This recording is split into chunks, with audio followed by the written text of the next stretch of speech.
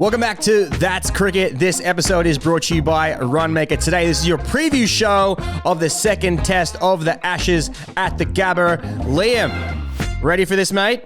Yeah, I'm excited because it's England are going to be prepping very well. Prepping well? I think they're prepping well. I mean, rumours around the camp, it's the best they've ever felt in the last 5 years, right? Yeah? And I think they took the hit. They're going to learn from it. And I think the next three tests, it's going to be bang, bang, bang. Ready to bounce back? Yeah, you got to look at it like that, right? The guys are excited. But yeah, I'm good. I'm optimistic. I think the guys are going to bounce back. Okay, Liam's optimistic, guys. We are going to get straight into it. So we're going to take a little look back at what happened in the first test. So much happened there. We covered all of that, but the lineup is going to change. Same squad is going to be announced. Same squad is announced from Australia's perspective. Yep. Moving into the second test. Khawaja, meant to be Australia's opener, had his back spasm, then came out during the week, had his comments on the pitch, saying that it was a piece of shit wicket. Day one piece of shit wicket. Yeah. But he didn't even bat didn't get to bat day two. And now we're looking at the situation where potentially he doesn't bat in this second test. Thoughts? My thoughts are, I mean, was the wicket ideal for a batsman? Probably not. Probably not. To come out and say that is probably not the best look. Not the best look. I don't think so. Is it true? Is it not? I mean, the year before it was 17 wickets. This year it was 19 wickets. So there's plenty of movement. There's nip, there's swing, there's bounce. But also the point we chatted about, both teams, how many leaves was there? How many leaves were there? There was no leaves. There's no leaves. No. Cooler review. Zak Crawley left two. Zak Crawley left two in that. What, 2 of 6 were left? 2 of 6 were leaves. 2 of 6 were leaves. 2 were blocks. Mm-hmm. 1 was a swing and a miss. 1 was a nice edge, thick edge. That's driving a lot. on the up. I think we need to start calling him Blocker Crawley. I think that's 2 blocks from 12 balls, mate. That's definitely That's too many for baseball. 2 blocks is too many for baseball. So maybe Crawley needs to play more shots. Maybe that's the answer. Well, that's what they keep telling us. Telling us they didn't go hard enough. They didn't go hard enough. I actually agree with that because when you look at some of the dismissals, tit for tat here, but I think it's either like you go all out or you don't. The in-between's always the one that gets you, right? Where you're how about we just block a couple? How about we just get a dot ball? How about we just let one go? How about that one? Yeah, maybe I do, but like, can they play like that? Sure, they can. But you're either all or nothing. You can't be in between. You can't just stick your hands at it. If you're going to stick your hands at it, throw the bat at it. Yes. If you edge it, it's probably going to go over the slips. Yes. So that's, for me, it's like, play your game. Don't get stuck. If the ball starts to move around, still be positive. If you want to play the baseball route, go for the baseball route. But don't be stuck in between, putting your fishing rod out there trying to catch it. So I understand, I fully understand playing your game. I fully understand baseball. What I don't understand is this whole notion of you're not going to block the ball and you're not going to let the ball go. Like, blocking the ball and letting the ball go is a part of Test cricket. It's not T20 cricket. It's not ODI cricket. It's 5 days. You have plenty of time. You got 90 overs to the first day to just let the ball go. It's okay. Like, you want to let the ball get a little bit older, and then you want to be able to go and hit the drive. Now, in Perth, it was just like driving on the up is a no-no. Everyone knows that. It's not like, oh, they didn't know. You know what I mean? And I think it's okay. Like, I just don't understand why they have this, just go harder. Like, going harder doesn't help anyone. Like, I think we looked at Ollie Pope. Ollie Pope had a couple of really good, he was looking really solid there before lunch. He was like really seeing the ball well. He was blocking the ball well. All this he got done on the crease with the LBW. But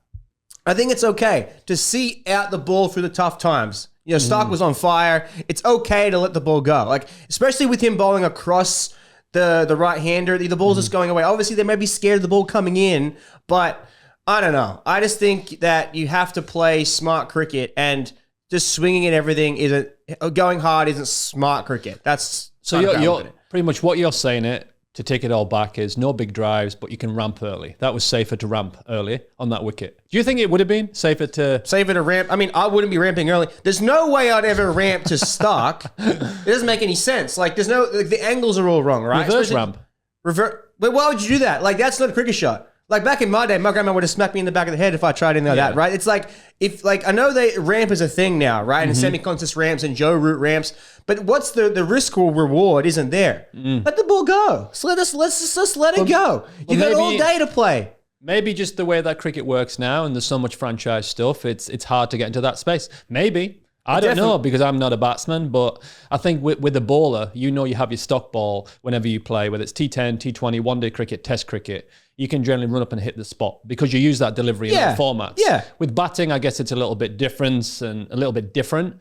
So yeah, I mean, I agree. We should leave the ball more, or we should try and smoke the ball. Don't get stuck in between. I think it's almost exclusively like, I think that test cricketers shouldn't play shorter form cricket. Like, because if you go back to the Sachin era and the Ponting era, right? They only played test cricket and ODIs. And the ODIs was the opportunity for you to kind of go harder at the ball, have the higher run rate. Well, now they're expecting to have that ODI style run rate inside of test cricket, which doesn't need to be there, but they want it there. It makes it more exciting and the game is boring. No, it's not. I mean, like, we lose 20, we don't lose 20 wickets, but the game's all over in 2 days. The Optus Stadium loses 20 million. They lose 3 million. Losing all this money. I mean, it doesn't make any sense. And when you think of like when the greats look at the game, or even when the pundits look at the game, it's like test cricket is about the bloke that stayed out there and like batted his innings through, like stayed till the end. Like you think of Steve Waugh's perfect day, like getting his 100 inside of the day and batting the day. Like, I don't think we're going to look back at the Bazball era of cricketers and go, oh, that was the pinnacle era of cricket.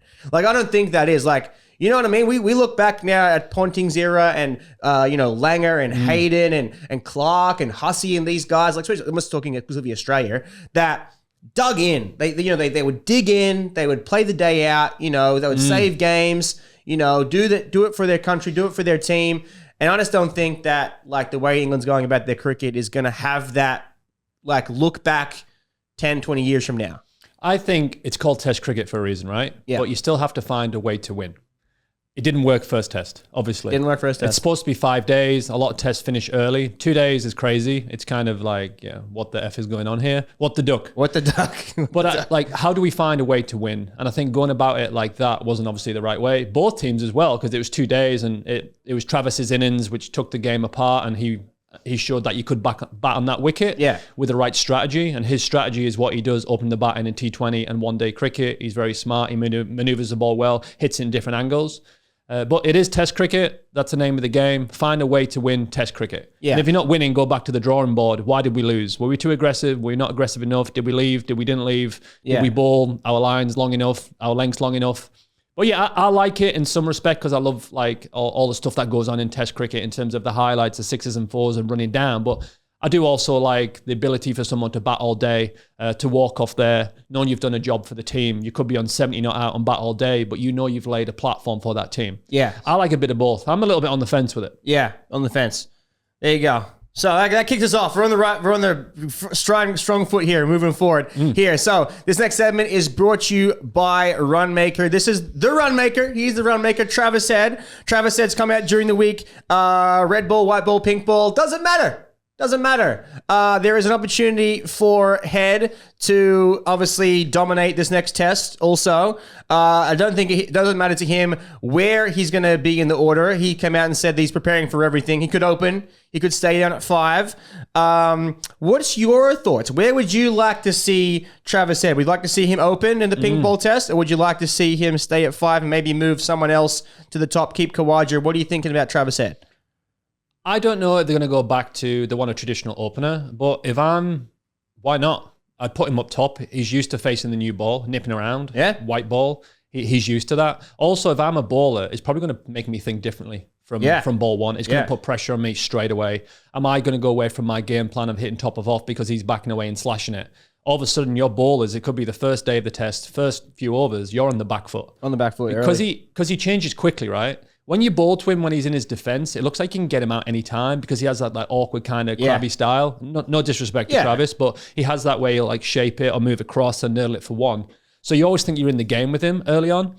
But I think if he just comes and plays the way he wants to play, England are on the back foot from ball one.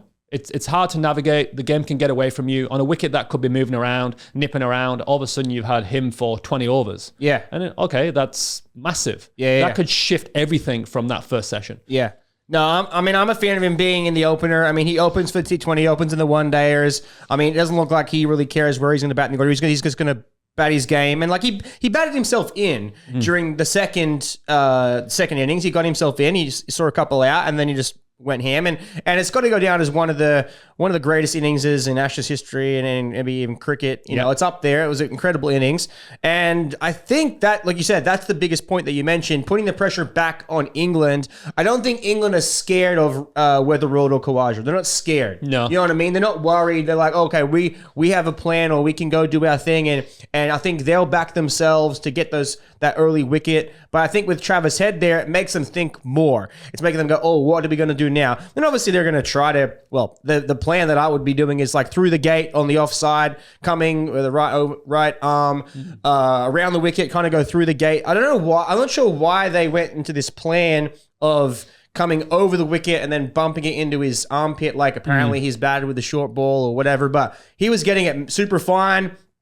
And then he baseballed one back over Jofra's head. He just full on came down the wicket, bang, just full straight down the ground, cross bat, like didn't care. I think England took that chance, didn't they? They know that Travis sometimes, when you look at previous games, he might struggle in the armpit region, and he kind of shovels it a bit like Warner does. Yeah. Obviously, both great players.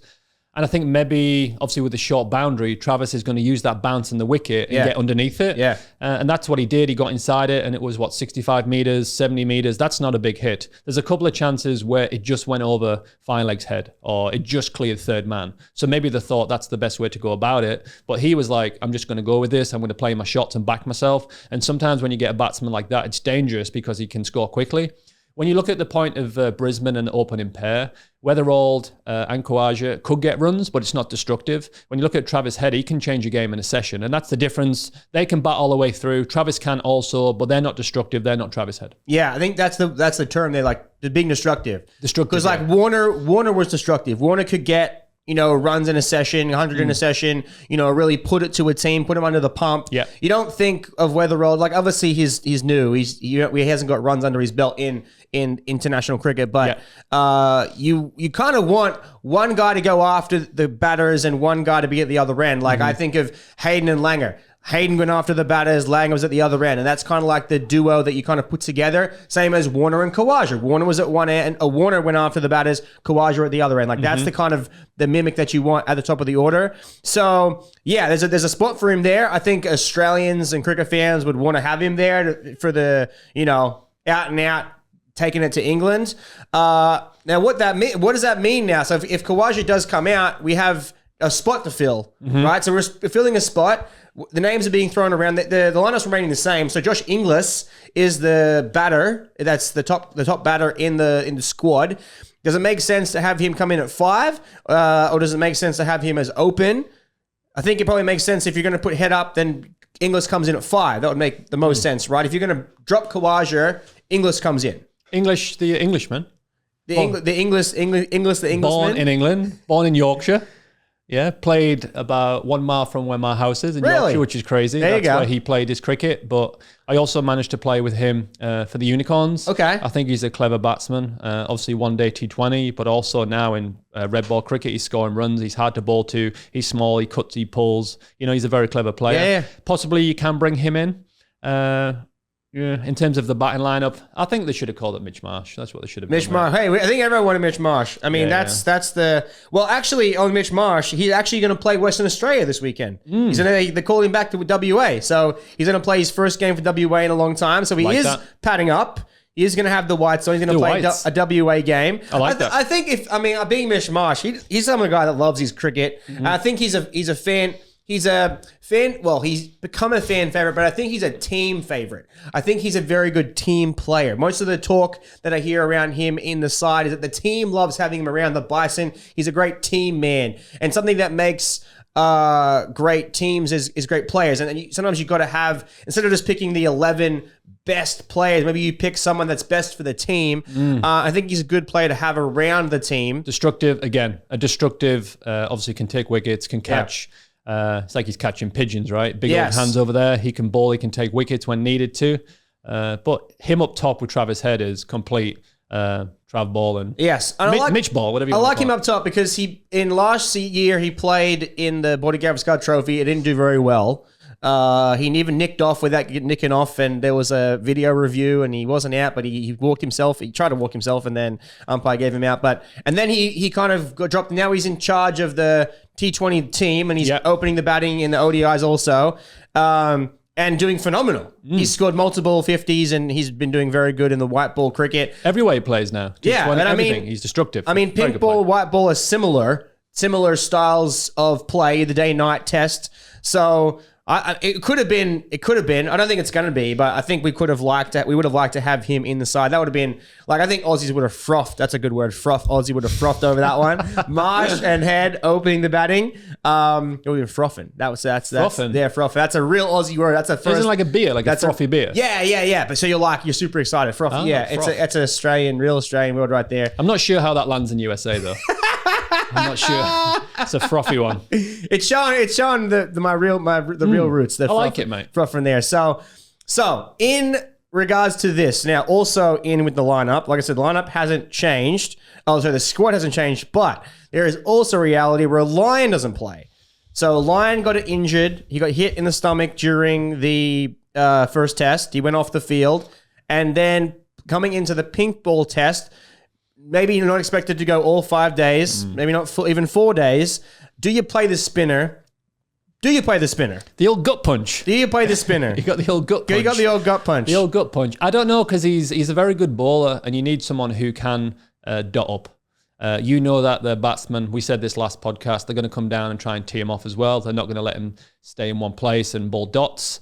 But he's a clever bowler. I mean, it's always nice to have that spinner in your team. You can say you've got other guys in the team who can do part-time, Steve Smith, etc., Travis Head, but Nathan Lyon's one of the best off spinners that's ever played the game, right? 500 plus wickets. You look at the stats, that's just not on turning wickets. That's on wickets that does bounce. He's got a method for every wicket. I'd be surprised if they don't play him, because they have a lot of options in terms of all-rounders who can bowl seam. So for me, it leaves a space for him to play. Yeah. I mean, it's an option for him to play, option for him not to play.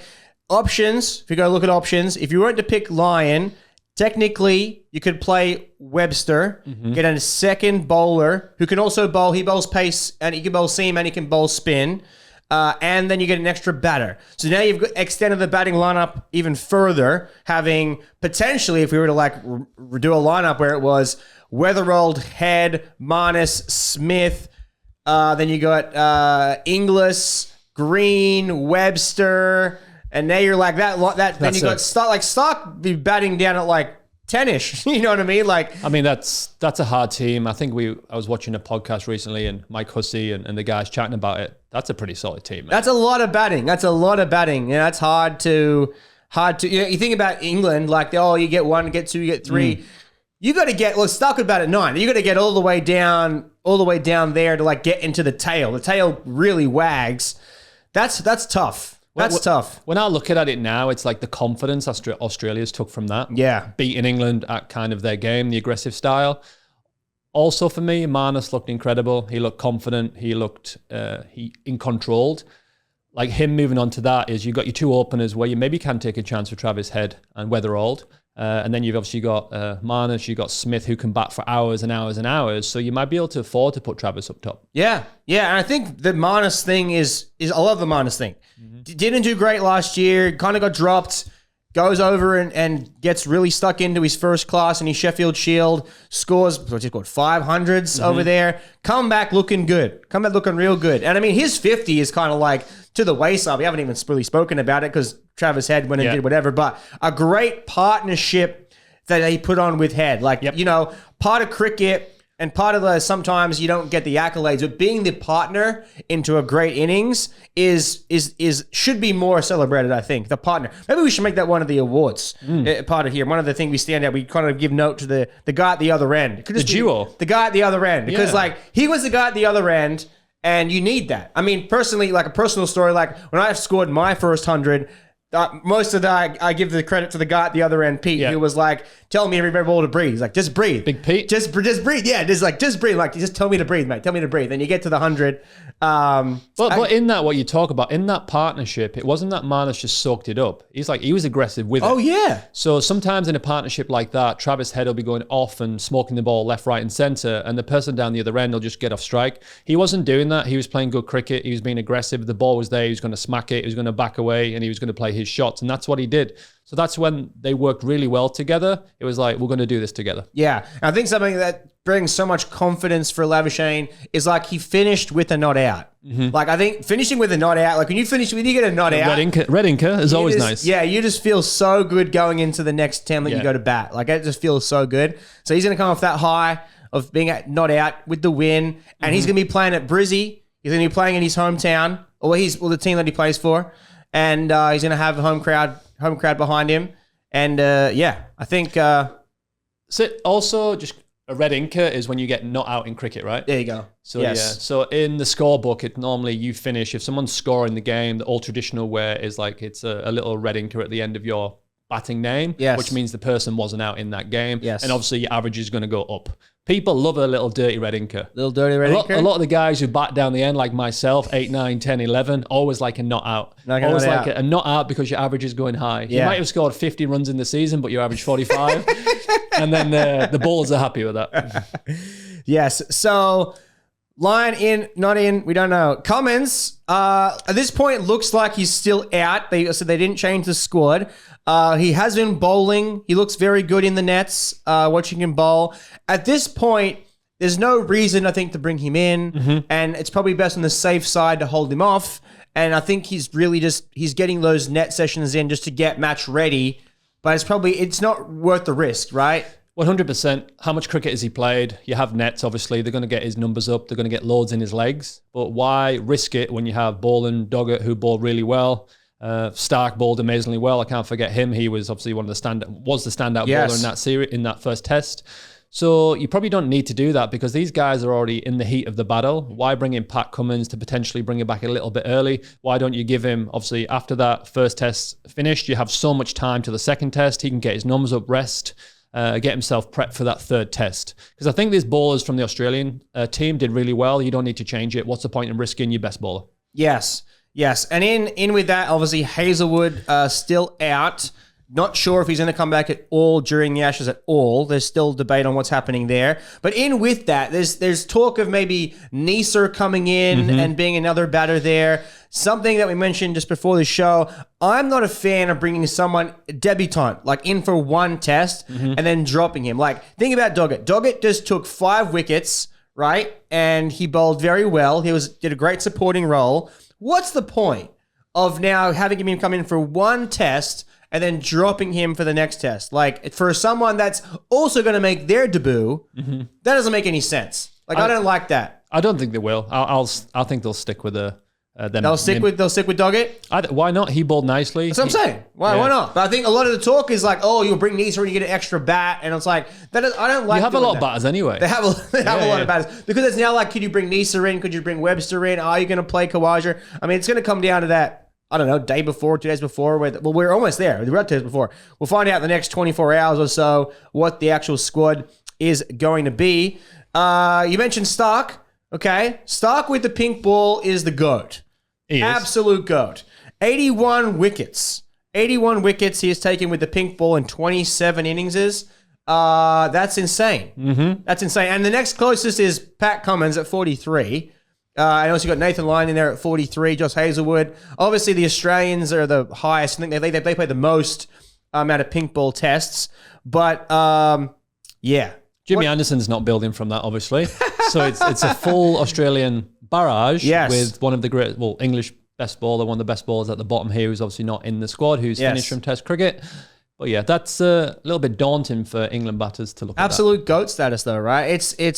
He just next level. Swinging the ball. It's swinging the ball in. It's not really like he swings the ball away, but he's got that wobble seam, and then he angles it away, and he gets them driving on the up, gets Crawley out like that. What's it like? Have you done much pink ball action, or that kind of was, I don't know, when it's kind of newer, right? When this came into effect, right? I played in Abu Dhabi for the MCC 11 against the County Cricket Championship. So it's like pre-season. Yeah. I didn't bowl too much. I got injured. I remember smacking a few, but I didn't bowl too much. I think it's in terms of the twilight obviously, and we can get into the stuff that Steve Smith's doing now to try and to prepare against that. Yes. But I think it's a certain time of the day when the light dips away and the floodlights come on, it's hard to bat, and that's kind of the witching hour. That's kind of where the bowlers want the ball in the hand because it does move around a little bit. The batsmen are not picking it up as clearly as they want to, and it feels like there's a lot of wickets that happens in bundles there. So I've not bowled too much with it, but I think it doesn't do more than the red ball. Doesn't do more, doesn't do less. I think it's just the day-night. Kind of just, I mean, the ball itself is pink, and I mean, they probably use the same leather and just dye it, right? I don't know exactly. Yeah, the Kookaburra, Yeah. So, I mean, but it's the other thing, part of it is it's the day-night. So they're playing Test cricket at night, which is obviously a new concept. And Steve Smith, he's going out and he's giving a little bit of Shivnaran Chanderpaul love. He's giving a little bit of black on the eyes. We love a bit of Chanderpaul. Chanderpaul, we love Chanderpaul. Here we got a little bit of footage here of Smith. He's gonna have the black under the eyes. Maybe see it a little bit there. But yes, Shivnaran Chanderpaul. You actually played a little bit with Shivnaran. I did. One of the best players I've ever played with. One of the best players that's ever played the game. When we're looking at this, apparently someone referred to this as the eye black. What does it do? It reduces the glare from the floodlights by absorbing the light that would have hit the skin. So I don't know. Some people think it's a placebo. Some people think that it's real. Manis was like, well, if you think it's a placebo and you think that it's real, then it could be real. But like here it is. It's Shivnaran Chanderpaul. Shout out. Almost another 10,000 test runs. Great at the game. For him. Great. It worked for him. Because you think about if you're batting and it's obviously you're covering the cheekbone. So obviously when the light hits the cheekbone, you might get some glare into your eyes. Yes. So obviously if you can stop that, and even if it helps you a tiny, tiny bit, it's better than not helping you. Yes. So we'll see. I might try it. I might try and do it when we're at the warehouse. Podcast? When the next time. Well, maybe for here. Yeah, maybe we'll try it here. Or that is bright, mate. Or next time we're in the warehouse. The warehouse. You've been to the warehouse. At the warehouse, they have a lot of the big floodlights.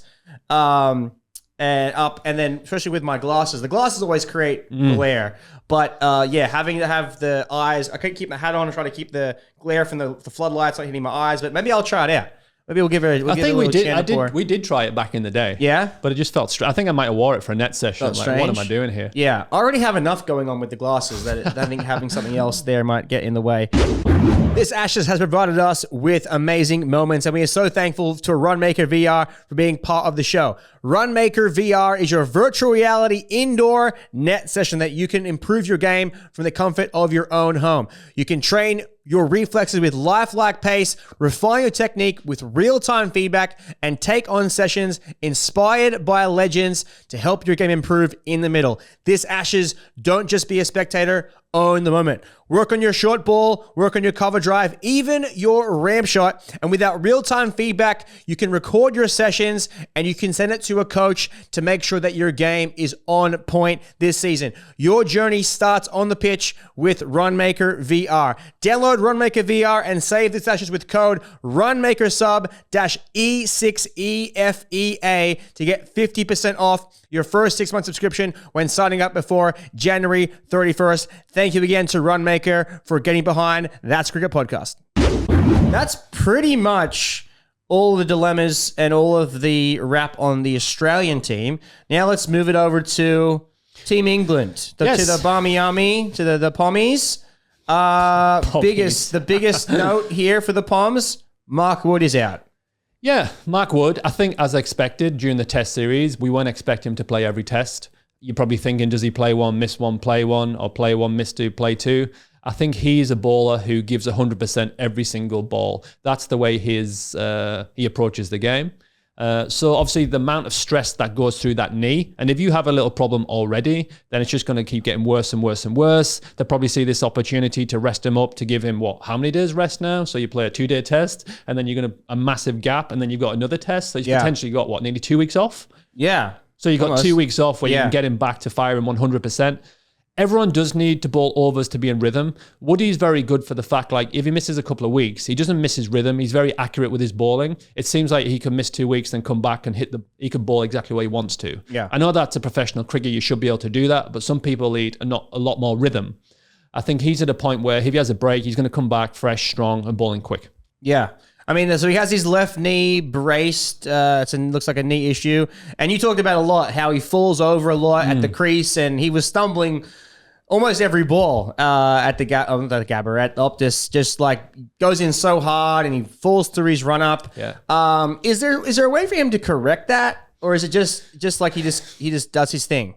To be honest with you, there was 2 big injuries this week. Obviously, Woody's got his bad knee. My mum tripped up and now she's wearing a knee brace. Your poor mum. Oh, wow. So, yeah, you got to watch out for them New York cobble streets. You know? Oh, my goodness. So, 2 knee braces this week for 2 people who I know. Yes. I think at this point in his career, that's the way he bowls. It's going to be very hard to change that. He's had issues with his knee before, but I think he is who he is. I think if you start changing things in this part of his career, he's probably going to pick up injuries elsewhere. Yeah. Let's move this. Let's move the foot. That changes your back, it changes your rotation, everything changes, and it might not feel comfortable to him. I think he's been working hard behind the scenes for years and years and years on this, on his foot, on his knee, and it's just a part of him. He's built how he's built. He'll try and do what he can to be strong and bowl rockets, but he's going to need a little bit of a break. Yeah. So with him being out, there's a spot opened up. We got potential tongue. Tongue could be in. The tongue could be in. Say it how it's written, mate. The tongue could be in. Tongue could be in, or Potts. We're gonna get some pot. We're gonna get some Potts action. A bit of pot. Little pot. I think that obviously Tongue he can pick up wickets. He's dangerous when he gets it right. But also sometimes he can leak runs. And do you want to leak runs on a pitch that is, you want to, obviously for me, so if you leak runs on a wicket that's potentially nibbling around, that's very dangerous for England.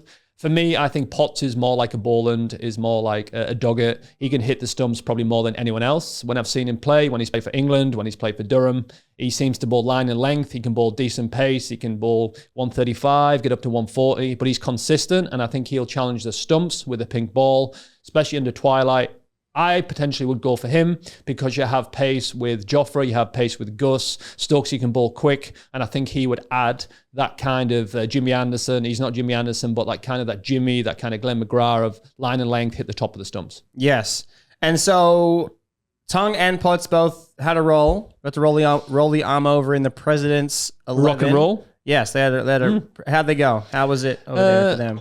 Potts picked up 2 wickets. There you go. Which he seems to do most innings when you watch him play. I think he struggled a little bit with Durham towards the back end, but when he's in good rhythm, he seems to pick up a couple of wickets and then he'll pick up a 5-for, but he's fairly consistent. I think he picked up 2 for 40 or 15 overs. I think that Tongue didn't pick up a wicket and similar went for 40 or 50 or 14 overs, very similar kind of figures. Yes. But yet for me, I think more reliable would be to go with Potts. Potts. Liam's prediction is Potts. Potts for Pauls. Potts for Pauls over here. Potts instead of Tongue. Now, Zak Crawley, top of the innings. Mm-hmm. Zak Crawley on a pair, 2 ducks. Get him out there, man. King pair. What's the king pair? Is it king pair is a third duck, or is 2 ducks a king pair? I don't think about it. You probably know more than me. I don't like to think about it in case you don't like to think about it. Yeah, I saw a whole thing where Brody and Joss were talking about they don't eat duck. It's like a superstition. Same. And I commented back. I was like, "Who's eating duck in the first place? When are we eating duck? Who does duck? I don't mind peking duck with the crispy pancakes. When are we doing duck? Is anyone do duck? Graap, are you on duck? Yeah. You on the duck? What the duck? I don't do duck. I can't tell you the last time I've eaten duck. I'm not gonna lie. I love to go and get a nice crispy duck, shred it up, put it on some thin pancakes, a bit of hoisin sauce. Pancakes? Yes, mate. Like where a crate? Are you living? Like a crate? Yeah, I don't know where I'm living. I'm living in a reality where there's no duck. It's like a thin pancake crepe. I'm from the bush. We don't have duck in the bush. So I think it's normally you have a thin pancake, crispy duck. Like a dosa. No, thinner. Thinner? And then how you do have you get like thinner than a dosa? Bit of cucumber shredded on there, and then I don't like cucumber, and then a bit of hoisin, a bit of plum sauce. Okay, we gotta take this off the pod. We gotta go and get some duck. We gotta try it out. We gotta go on location. What about everyone who's watching in terms of the amateur cricketers, professional cricketers? Would you eat duck the day before a game? That's the question. Would you eat What the duck? Would you eat duck? I don't know. We should try it out. I didn't. I should go eat duck and then go bat and then see how I play. Okay. I mean, yeah. I think I'm still gonna be good no matter what. Doesn't matter. Duck, chicken, pork, fish. Yeah, you do. You. Well, what if you? Oh, you don't eat duck. So back to Crawley. Yeah. Back to Zak Crawley. What does he do? What do we do? We had this discussion. We're gonna get into it again.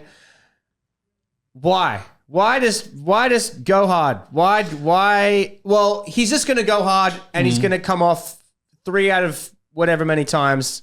If it comes off, it comes off. It doesn't come off, right? Is this where we're going with it? Yeah, when you look at the last few years when they've been successful, you kind of think you needed to come off maybe 3-4 times in the Ashes.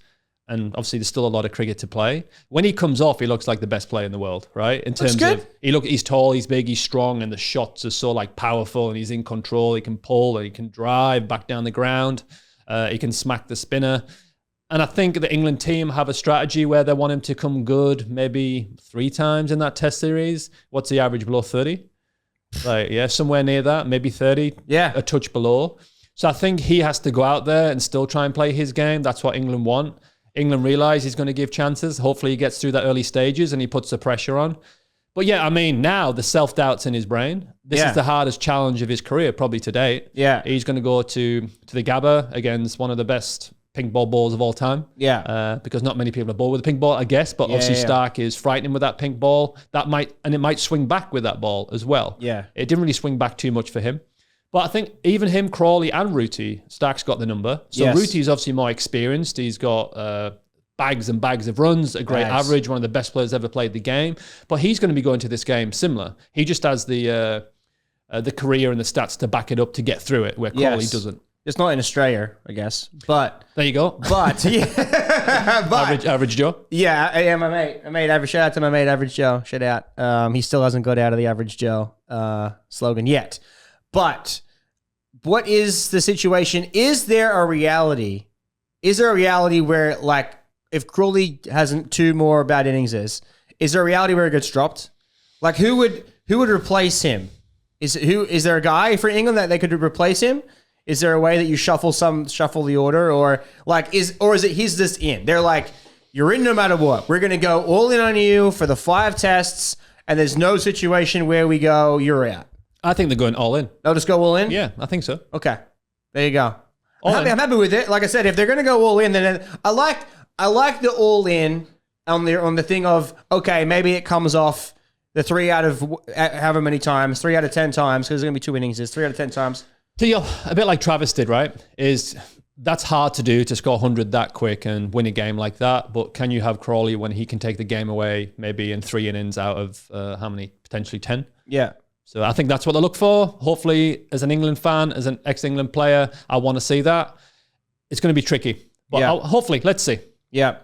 So into the Gabba, the wicket looks like another green monster. I made a joke. The Bum Yummy took a picture up of the thing, and they said looking good. And I said it's more likely your likelihood of winning the lottery than going 4 days. You're allowed to bet on that. Another spicy look. Yeah. Well, I'm not a betting guy. Okay. I'm not a betting guy.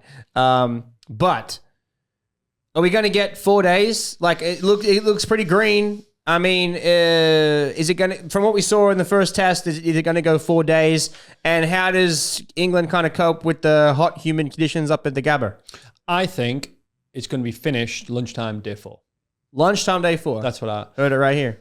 The weather is steamy in the Gabba. It gets hot there. It's like being in a sauna. It's a bit like subcontinent. Sauna, yes. A bit like, to be honest with you, it's a bit down for it. I guess like Florida kind of weather, is it? Yeah, exactly. Yes, exactly. Very Florida weather, very sticky and sweaty. And obviously for English bowlers going out there, they need to get used to that. We didn't grow up in that. We're not, so you have to get acclimatized to that. Yeah. It's a different weather to Perth. Yeah. Perth was a bit warm, but in especially in Brisbane in the Gabba, it's like a coliseum, and you feel that heat, you feel that sweat. Obviously the steam comes up from the ground. I'm not sure what the weather forecast is, if there's any rain knocking around, but that kind of can make it worse. It's been humid, yeah. Yeah, but also like to that fact, if it is humid, the wicket can get a little bit spicy in terms of it can be damp, it can hold the moisture, which makes it an absolute nightmare to bat on, especially if it's hot and then you get in the twilight, it's going from night to day, the ball bounces around and seams and swings, so it's a lot to navigate in that period. Yes. So yeah, it will be interesting to see how they do, and again, the thing I think you can look at the England the England team as a whole from that first test. They didn't come back in that second innings as strong as their first innings.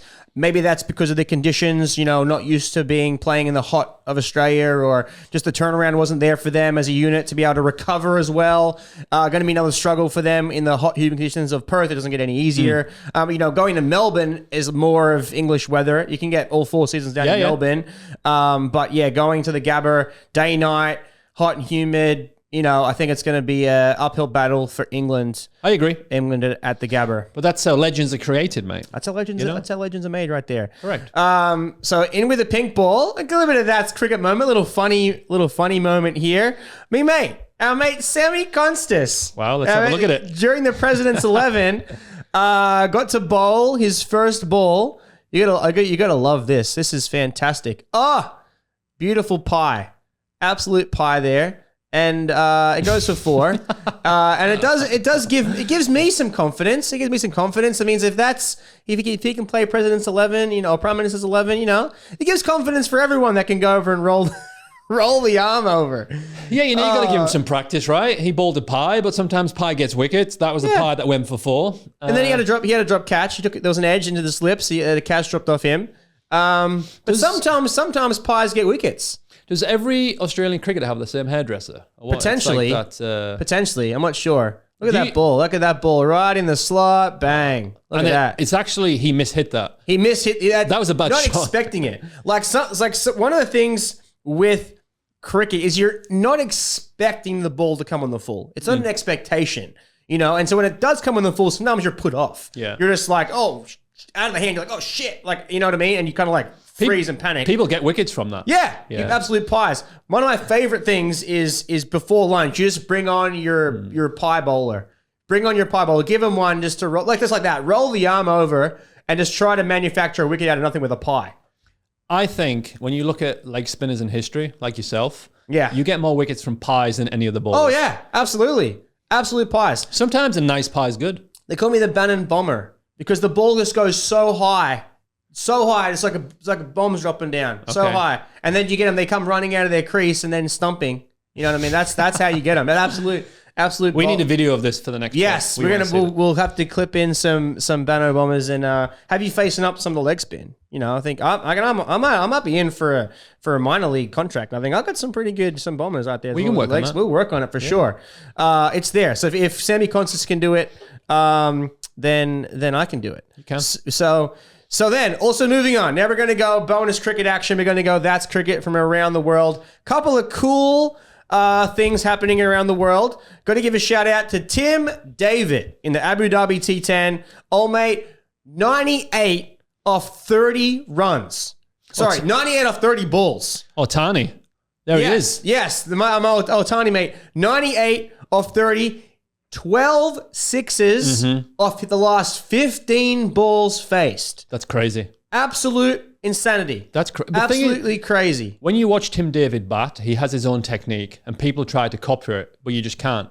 Insane. Maybe it's just that, isn't that like the Singapore in him? The Singapore slinger, right? Isn't he from Singapore? I don't know. Is he? I think he could have represented Singapore. I think so. Really? Yeah, I think Didn't know that. Well, maybe I'm just talking a lot. He's the T20 Aussie, now the T10 Aussie slinger here. Been doing great for Australia in the T20s. Smashes it. But now in the Abu Dhabi T10, the Bulls smashed. They scored 150 runs in 10 overs, and it was crazy to kind of watch. But yeah, 98. I mean, it deserves 100. They should have bowled a no ball to him just so he could get the 100. I mean, at that point, they probably should have just said, "Oh, okay, bowl 100." You know what's crazy also now, when you look around the world of cricket, people can score 100 or 40 balls and people don't bat an eyelid. You're like, oh, that's crazy, someone did that. It's not, if it was 10, 15 years ago, it's so crazy. But now the way the world of franchise cricket works, people scoring runs off. But you have to appreciate that that's hard to do. That's some clean hitting, whether you're playing on 50-meter boundary, 100-meter boundary. To do that, to hit how many sixes and just a small amount of balls is pretty incredible. Oh, absolutely insane. And I mean, we mentioned this a couple of pods ago, how crazy the Tim David stuff is. Him with Shea Otani and hitting the ball. Could have gone out of any ballpark here in the States. And I mean, these shots were, full cricket shots, just absolutely teeing off. The boundaries didn't seem like they were that small. They weren't like that small. Like some of these balls were going way out into the stands. So yeah, shout out to Tim David. Shout out to Tim David getting 98 off 30. And then this is my favorite moment of the week right here. This is my favorite moment of the week. This is my favorite That's Cricket moment. Grace Harris. Grace Harris, one of the classic cricketers. She plays Australian. She really plays on the Australian team. Plays for the Brisbane Heat. And she's just an all-time character. And she busted her hand. I don't know if we have I don't know if the clip is available. Because the clip's not available. Okay, so we're just going to give her a shout out. I'll probably clip this later on socials. But my That's Cricket moment of the week is Grace Harris. The ball gets smashed back into her hand, busts her hand. It hits her non-bowling hand, hits her left hand, cuts it open, and then she immediately runs over and she calls for the trainer and she goes, "Oh, don't worry, I'll bowl. It's just me non-bowling hand. I'm fine. I'll stitch it up later. I'm like, it's just, there's so many moments of her doing stuff like this. It was just hilarious. And I saw that and I'm like, oh yeah, that's cricket. That's cricket right there. Many people would go off for that. Many people would be crying to get the physio on and get it wrapped up. But to be fair play, she's like, yeah, it kind of hurts, but it's me non-bowling hand. Yeah. It's me non-bowling hand. We do have a little bit of footage here. I'll be able to get it here. Comes back, hits her hand, and she's looking at it and she's like, oh, I busted me hand. My webbing. I got to go off. Oh, hang on. Oi, come off. I mean, you don't see any blood or anything. Tape it up. It's me non-bowling hand. What I do like about that, I think Alex Hartley is the commentator. She said, you're going to go off after the innings. And she's like, no, I'll do it after the game. Yeah, after the game. I'll get it after the game. After the game, I'll get it stitched out. I mean, I love that. That's so funny. I mean, that's cricket right there. That's cricket. That's cricket right there. So there you go, team. That is everything we got time. That's everything here on the preview episode for That's Cricket. Make sure you tune in to us. We'll be live for the first session at the Gabba. That will be 11 p.m., 10:30 p.m. East Coast, New York time. New York time. That's it, team. That's cricket. That's cricket.